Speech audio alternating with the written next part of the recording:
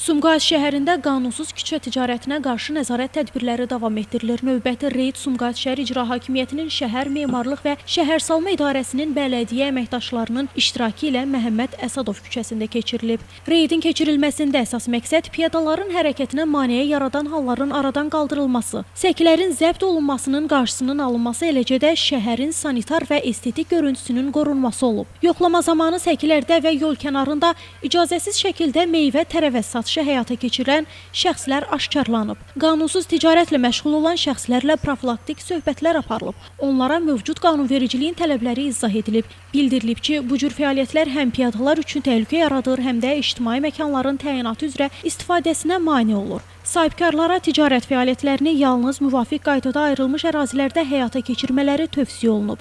Reyd zamanı aşkar edilən bəzi nöqsanlar yerindəcə aradan qaldırılıb. Səkilərin piyadalar üçün açıq saxlanması təmin edilib. Eyni zamanda ərazidə asayişin və təhlükəsizliyin qorunması məqsədi ilə nəzarət tədbirləri gücləndirilib. Günay Hüseynova, Şəmistan Fikrətli, Elbrus İsmailov bugün informasiya proqramı üçün.